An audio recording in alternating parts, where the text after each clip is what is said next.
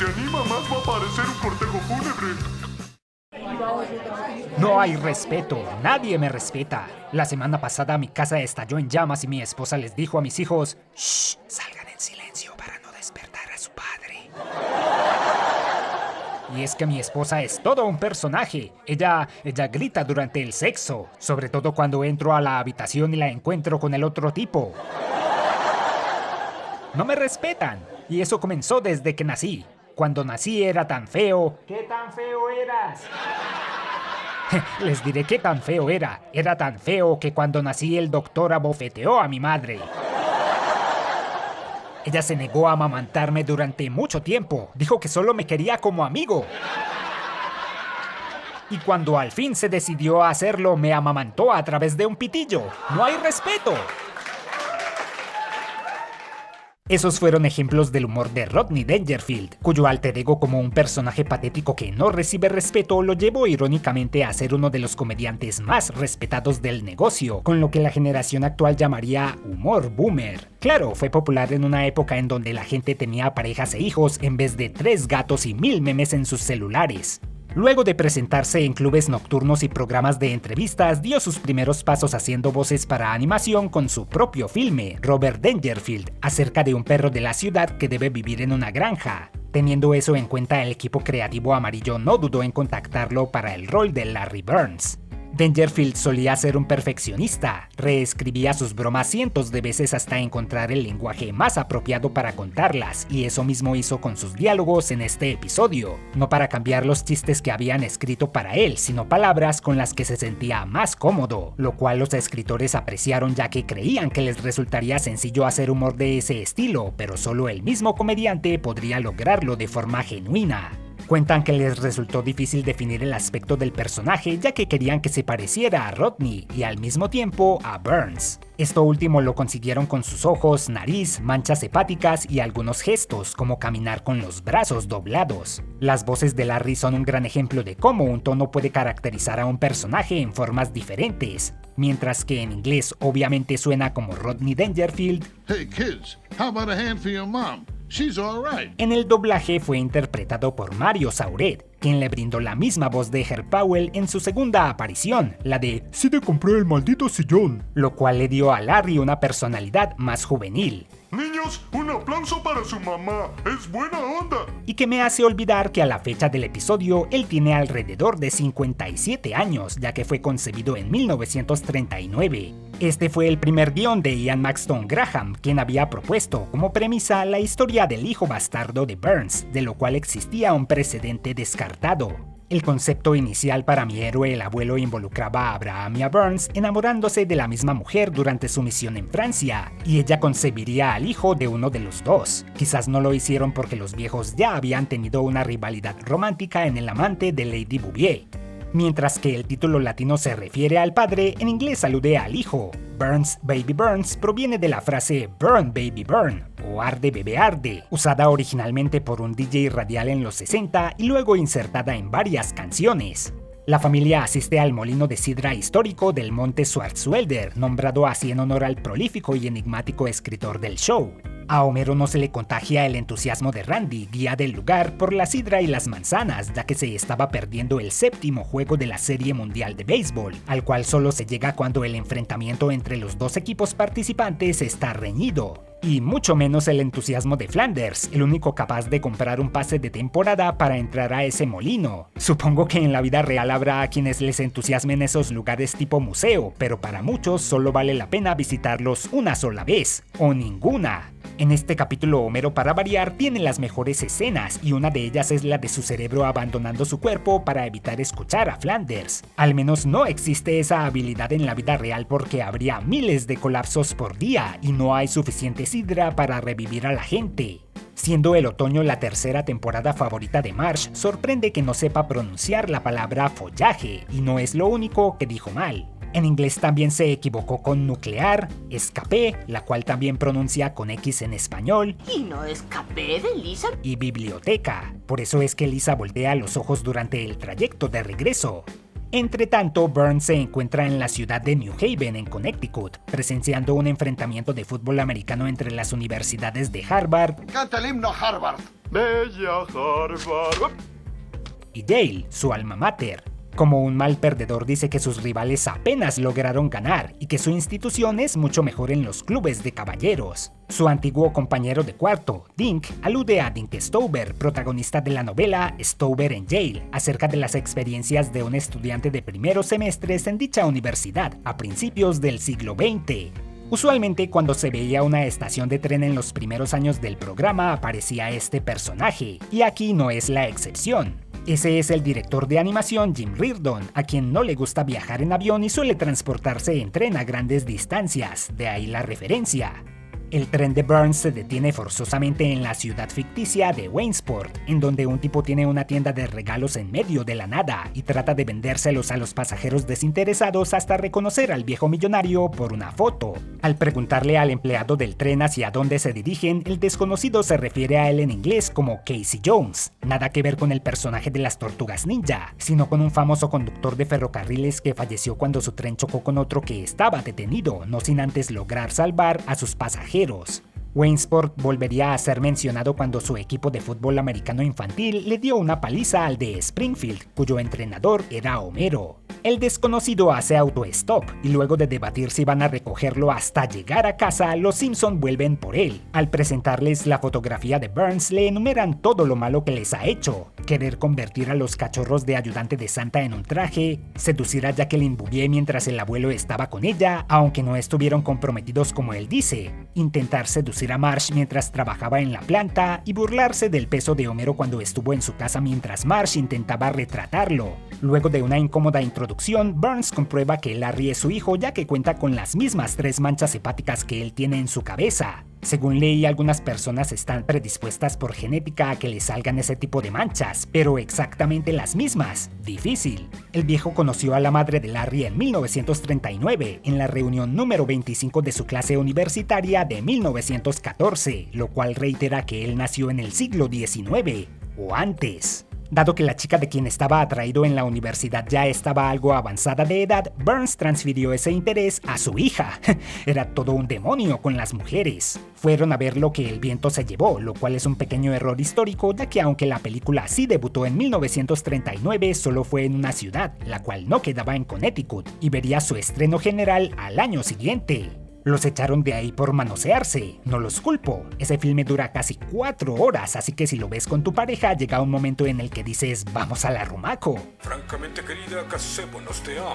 Según como lo describen, Burns siempre supo de la existencia de Larry, pero siguió su vida sin importarle su destino ni el de su madre, a quien enviaron a un convento. Pudo haberlo buscado cuando quería un heredero en vez de elegir a uno de los niños de Springfield, pero esa es la clase de incongruencias de las que no debemos pensar mucho. El que Larry no hubiera hecho más que atender el puesto de regalos desde que alcanzó la mayoría de edad no solo es un chiste sobre lo vacía que era su vida, también alude al hecho de que Rodney Dangerfield alcanzó la fama a sus 50 años. De hecho, cuando prestó su voz para este episodio tenía 75. Así que ahí está, si quieren ser famosos y aún no lo son, la gloria podría estar a unas décadas de distancia. En el cuarto de juegos de la mansión Burns, 2 actores representan la obra La muerte de un viajante de Arthur Miller. Les vendría bien la clase de comer naranjas de Juan Topo. ¡No puedes comerte la naranja y tirar la cáscara! Comer una naranja es como llevar un buen matrimonio. ¡Ya cómete la maldita naranja! Comprobando que el puesto de Homero es el más bajo en la planta, Larry es asignado a trabajar en el sector 7G para aprender el negocio familiar. Al saber que su nuevo colega era el hijo del jefe, Homero oculta un rompecabezas de Snoopy que estaba casi completo sobre su consola. Solo le faltaba el hocico, algo hecho a propósito para evitar temas de derechos de autor, lo cual no sería un problema después, de hecho, y es que estoy seguro que al propio creador del perro no le habría molestado, pero las personas que suelen administrar esas franquicias son implacables.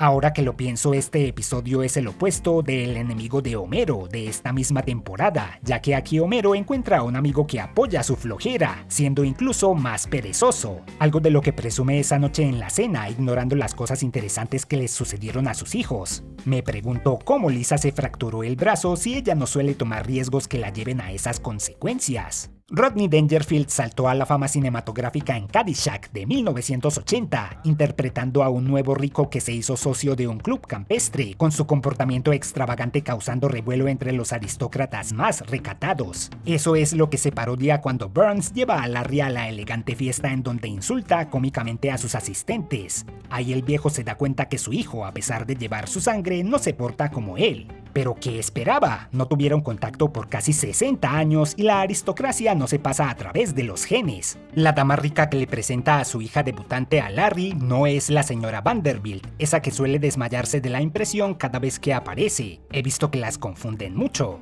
Para intentar encaminarlo hacia sus propios pasos, Burns somete a Larry a los evaluadores de Yale, quienes indican que para aceptarlo en esa universidad tendrían que recibir un cuantioso aporte, para no decir soborno. Y es que en la vida real es así. Más de un inepto es recibido en esas prestigiosas instituciones solo porque sus padres donaron una cantidad generosa. Mientras tanto, Larry se va a beber con Homero al bar de Moe, en donde sigue sin entender por qué a nadie le agrada su padre.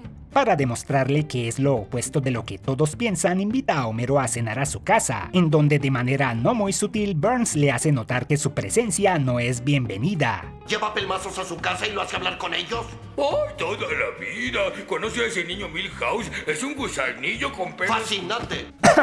Ni siquiera aparece en el capítulo y lo insultan. Al lamentarse del trato que su padre le da, Larry menciona la frase más popular de Rodney Dangerfield, o al menos un sinónimo. No hay consideración. No hay consideración ni aprecio. Ese es el chiste, el romper con las expectativas de la gente que esperaba escucharla. Eso es como si yo apareciera en algún otro medio y dijera, todos detestan a Milhouse, y la audiencia pensaría, momento, eso no es lo que él dice, o bueno, es y no es. Algunos se preguntarán, ¿cómo es posible que a Homero se le ocurriera tan rápido la idea del falso secuestro? En ese mismo año, 1996, se estrenó el filme Rescate, en el cual secuestran al hijo de un multimillonario, este último representado por Mel Gibson. De hecho, los comerciales promocionales de este episodio imitan al tráiler de esa película, con algunas letras rojas desvaneciéndose. Larry se niega a esa idea y se dispone a dejar de ser un vago y un vicioso, lo cual es la premisa de otro filme de Dangerfield, Dinero Fácil, en el cual interpreta al potencial heredero de su millonaria madrastra, que le dejaría parte de su fortuna solo si dejaba sus numerosos vicios. Pero Larry, quizás al ver que no sería tan fácil, accedió a la idea del falso secuestro para comprobar si su padre lo quería. Van a ocultarse al sótano de la casa Simpson, donde no solo se ve la recurrente cabeza olmeca, sino un traje de Santa Claus, tal vez el mismo que Homero usó en el episodio debut. Para modificar su voz al llamar por teléfono haciéndose pasar por secuestrador, Homero usa un kazoo, un pequeño instrumento de viento, el cual en inglés sí lo hace sonar distorsionado. Hello, Mr. Burns. This is the kidnapper. Mientras que en el doblaje latino, solo habla como si tuviera cualquier objeto en su boca. ¿Qué tal, señor Burns? Soy el secuestrador. El jefe Gorgory rechaza el número telefónico que Eddie consiguió interceptando la llamada, porque 555 suele pertenecer a esos números falsos que se ven en las películas. La familia juega Paigao, o póker de doble mano. En teoría es igual que el póker, pero los jugadores intentan derrotar al repartidor con dos manos superiores, una de 5 cartas y otra de 2. Vi un solo video explicando cómo se juega y ya YouTube cree que soy un demente adicto. El juego que Bart sugiere, Kwang Jung, no existe, solo era su forma de decir que jugaran a cualquier otra cosa. Marge logra convencer a Homero de que pare esa locura y acuda a contarle la verdad a Burns, pero Larry y él son interceptados por Ken Brockman y su transmisión noticiosa, al salir a plena luz del día y sin tomar precauciones. Solo hay una palabra para eso. Idiotez. Huyen hasta ocultarse en una función de Demasiadas Abuelas, no demasiado como dice el doblaje, lo que parece ser una película de una invasión de abuelas con una extraña combinación de actrices. A Olympia Dukakis no le ofendió el chiste, ya que participaría en la serie como la voz en inglés de Rosanelda. ¡Suripanta, suripanta, suripanta! La idea de que se escondieran en un cine fue inspirada por eventos de la vida real en los que los últimos momentos de un criminal ocurrieron en un lugar así. El ladrón de bancos John Dillinger fue acorralado y baleado luego de salir de un cine. Lee Harvey Oswald, presunto asesino del presidente John F. Kennedy, fue arrestado mientras veía la película La guerra es el infierno. Curioso que Matt Groening nunca sacara un libro con ese nombre, quizás no le interesó explorar ese tema con sus conejos. Y también en 1991 1994 se estrenó el filme Jimmy Hollywood, en el cual dos actores frustrados deciden trabajar como vigilantes ilegales, por lo cual son perseguidos por la policía hasta una sala de cine. El personaje titular imagina que se entrega solo para ser tiroteado, lo cual tal vez inspiró Sangriento fin para Homero Simpson. Es uno de los posibles desenlaces según la simulación de computadora. Tremenda simulación para ser de 1996. Creo que ni la inteligencia artificial ha alcanzado ese nivel de fidelidad, pero está cerca de hacerlo y acabará con la creatividad humana. Está en las revelaciones, amigos. Fallas técnicas. Espere, por favor. Creo que esa escena del tiroteo es la favorita de muchos en este episodio. Siempre me causa una carcajada. El sonido que hacen los pasos de los policías al entrar a la sala me recuerda que hace poco fui a ver Duna parte 2 en IMAX. Aparte de que aún me están retumbando los oídos, ¡Bájele! ¡Bájele! me decepcionó ver la cantidad de comida tirada en el piso de la sala. Eso nunca cambia. Si eres una de esas personas que se portan como cerdos porque limpiar es el trabajo de los acomodadores, pues Me da asco. entre la multitud que se reúne a ver la falsa situación de rehenes frente al cine hay varios personajes con una coloración distinta a su habitual, como Lionel Hutz, Disco Stu o el Rabino Krustovsky. Larry revela la verdad y Homero da un ejemplo de amor incondicional para con sus hijos a pesar de sus defectos. No obstante, la reconciliación con Burns no resulta igual, ya que él admite que no puede aceptar a Larry como es, pero no es algo tan doloroso, ya que una vez más, este había vivido prácticamente toda su vida sin una figura paterna, y a esas alturas era casi intrascendente. De hecho, Larry contó que tiene su propia familia, con esposa e hijos, así que Burns tiene nietos, ya que ciertas cosas se saltan una generación, probablemente sean más parecidos a su abuelo, pero jamás lo sabremos ya que no volvieron a explorar este aspecto. Larry impulsa a todos a festejar con el tema Anyway You Want It, de Journey. El uso de esa canción fue extraído del filme Caddyshack, en donde el personaje de Rodney Dangerfield pone el tema en el club campestre para alarma de los demás jugadores de golf, y de hecho el baile de Larry es similar al de su personaje en la película. Aquello que dice Homero de "somos dibujos animados" fue agregado en el doblaje. Originalmente no rompe la cuarta pared y solo dice que es una fiesta y por eso nada tiene sentido. Larry volvería a ser visto un par de veces alrededor de Springfield, entre ellas en la oficina de desempleo. Hablando de eso, en la temporada 21, luego de ser despedida, la maestra Krabappel ve una película con un personaje muy similar a Larry, pero se trata de una parodia más directa de Rodney Dangerfield, específicamente de su filme Regreso a la Escuela de 1986. Larry es otro de los personajes que a la fecha aún no han aparecido en el juego Springfield, a diferencia de Randy, el guía del molino de sidra, quien al llegar a la ciudad virtual formó una amistad con Juanita Semilla de Manzana alrededor de su obsesión por esa fruta. Al final resulta que a Randy no le gusta comer manzanas y que solo disfruta ver a otras personas consumiéndolas, algo así como un boyerista de manzanas. ¿Alguna vez han tenido una amistad basada en un solo tema? De esas que cuando intentas hablar de otra cosa tiene lugar un silencio incómodo y debes regresar a su gusto en común. Por ejemplo, yo tuve un conocido con el cual lo único de lo que hablábamos era de Yu-Gi-Oh! Cuando intentaba preguntarle por otra cosa solo respondía en monosílabos. En fin, en la única escena omitida del episodio, Randy les da a los visitantes una muestra de sidra para probar. Bart dice en voz alta que apesta, y cuando Marge lo reprende, Randy le dice que no se moleste, ya que sabe que hoy en día hay bebidas mucho más populares. Bart tira su pequeño vaso sin fijarse que va a dar al molino de sidra, y Lisa le dice que para eso está el bote de basura. El chico toma eso como una invitación para vaciarlo en el molino. Diablos, alguien tiene que aleccionar a este niño. Este es uno de los pocos episodios de la época clásica que no me gustan mucho, y es que parece la trama de una película cómica barata, de las cuales Dangerfield escribió y participó en varias. No estoy seguro de si esa era la intención, no hay nada al respecto en los comentarios del DVD. Volviendo a la comparación entre esta historia y el enemigo de Homero, ambas involucran a un pez fuera del agua, a un personaje que no encaja con los demás. En el caso de Frank Grimes funciona porque es la contraparte seria a las locuras que ocurren a su alrededor, Depredador, lo cual es un estandarte de la comedia. Por otra parte, aunque me agradan los chistes clásicos de Dangerfield, los cuales se pueden encontrar aquí en YouTube, resultan fuera de lugar en la serie amarilla, con su personaje forzando humor en todo lo que ve. Y eso combinado a Homero teniendo una de sus ideas más estúpidas, la del falso secuestro, resulta en una mala receta. Eso sí, reitero que él se robó el show con un par de sus escenas, pero no bastaron para justificar una historia tan acartonada que parece haber salido del más ordinario libreto hollywoodense. Sí, ese es un diálogo de otro episodio, pero calza aquí, a diferencia de Larry. Miren al duelista al que encontramos, Max Power. ¿Cuánto llevas aquí? No, yo solo venía a comprar unas cartas y ya me iba. Ah, probando el cartón, ¿eh? Oye, un consejillo. Dragon Cyber de 2 cabezas se pagará solo en 10 años.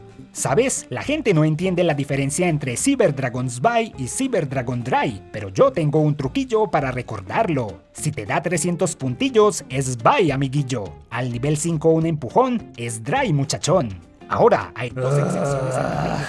Tú quédate si quieres, yo me voy. Con del extra deck, como una fusión o un XYZ. Y por supuesto en Japón el asunto es al revés. Ángela María, voy por un monstruo renacido. Ah, queridos miembros del canal, recuerdo cuando empecé a listarlos por sus aportes. He repasado esa historia 1.000.000 de veces. Era 1941. No, 39. Mi entonces novia y yo celebramos las primeras membresías teniendo arrumacos en un museo frente a las estatuas de unos esquimales y tal vez un conserje. A ella la enviaron a un convento y yo me quedé con las membresías. Muchas gracias por su aporte. Y súper gracias por sus súper comentarios, algunos relacionados a los streams que hice con el tier list de personajes, otros alusivos a la última retrospectiva y uno en el que alguien afirma que participaría en una partida de ajedrez sexual solo si Kukisila está presente. Ok, yo solo me limito a leer el mensaje, esa invitación se la tienes que hacer tú a ella. Una mención especial para algunos de los super amigos a los cuales listaré por tandas porque hay demasiados ahora. Cristian Fernández, Kaname, Eñe, Noel Osuna Pibe Fachero, Speed Puppet Robotnik, Octavio Olenek Yacaglia, Sinois, Marcos Pirucci, Berix, Mango, Omides Wave, Celar24, Richard Cert, Ferchosaki, Leandro Arzamendia, Neofacu, Ben, Crixis, Rostoneto, Buenos Días Pibe, Itzeler, Armonil, Alejandro Calabrán, Diego Valderrama, Denis Sánchez, Gronger de Gul, Skyward Waker, Franklin, Anticucho de Camello, Reno Quesada, Gonza GM, Ea Sasa, Basileus Horus, Brian Corso, Ratchet Clanky Eliano, Anthony Mesa, El Magio número 4, Strargos, Bruno Narváez, David Cosaín, El Espadachín Blanco, Claor, Enrique Cuarto Salinas Horta, Emilio Galván, Joaquín Castillo, Din Corso, Nikoki, Hard Thunderblade, Rexai, Farmaecopia, Jano 620, Modalus, Francis Canito, Stupid Punks, Almacrop de Venegas y Cárcamo, Tobias Rip, Pepper, Javier García, Frankie Layton, Andrés González, Eduardo Juárez, Rubgeon, Tarantalegra Star, Matías Coronel, Hey Kaiser 19, Diego, Pablo Jerez, Tommy JB, Rindexer, Emenu Metal, Francisco Quiroga, Giorgio Castilla, Sei Shiny, Loki Chris, Alegale, Daniel Bosco, Señor Robot PG, Nightmare Zack, Zero Kikes, Mr. Noob, Aaron Oxley, Sucupira y Clavito, Noveno Piso, Javier Sepúlveda, Marcelo Fernández, Under Hotline, Julio Guzmán, Phantom Oficial, Bermelo, Charlicito, Shin, Demian 0704, Avestrux 79, Otro Ale, Caimano, Corsi Ricorsi, Brian Musin, Brandon Africano, Nicasio, Psycho 0007, Amilbert C. García, José Cosaín, Hernana RG, I Am Liso, Medina Cuellar Leandro, Ruiz Señor del Tequila, Silk Road N, Dark Mirror 273, Julián Pérez, Tony CR 1975, Fakex, Nahuel Barria, The Rep, Umpalumpa 290, Fernando Alegre, Vato Triste, Xmat, Gus y Ángel Méndez. El resto para la próxima. Les cuento un secreto. Durante algunos años creí que este iba a ser el último video del canal y que imitaría el cierre del episodio con unos cuantos amigos, pero como ven, no llevé eso a cabo. No se preocupen, aún hay Max Power para rato.